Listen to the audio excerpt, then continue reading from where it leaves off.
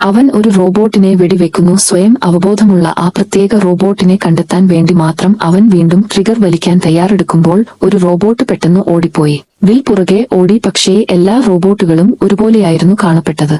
പെട്ടെന്ന് തന്നെ റോബോട്ട് അവനെ പുറകിൽ നിന്നും തള്ളിയിട്ടു. പക്ഷേ ആക്രമിക്കുന്നതിനു പകരം അത് അവനോട് ഒരു ചോദ്യം ചോദിച്ചു. പുറത്ത് ഇതിനകം തന്നെ പോലീസുകാർ അണിനിരന്നിരുന്നു. ഒടുവിൽ റോബോട്ടിനെ പിടികൂടി. വിൽ അതിനെ ചോദ്യം ചെയ്യാൻ തുടങ്ങി. സോണി എന്നാണ് റോബോട്ടിന്റെ പേര്. അവൻ മാനുഷിക വികാരങ്ങൾ പ്രകടിപ്പിച്ചു. ഡോക്ടറെ കൊന്നതായി സോണി നിഷേധിച്ചു. ഡോക്ടർ തനിക്ക് ഒരു പിതാവിനെ പോലെയാണെന്ന് പറഞ്ഞു. അവൻ നിർണായക വിവരങ്ങൾ വെളിപ്പെടുത്താൻ പോകുന്ന സമയത്ത് റോബോട്ടിക് കമ്പനിയുടെ ആൾക്കാർ പെട്ടെന്ന് പ്രത്യക്ഷപ്പെട്ടു. സോണിയെ നശിപ്പിക്കാനുള്ള കോടതി ഉത്തരവോടെ സോണിയെ കൂട്ടിക്കൊണ്ടുപോകുന്നത് നിരാശയോടെ വിൽ നോക്കി നിൽക്കുന്നു.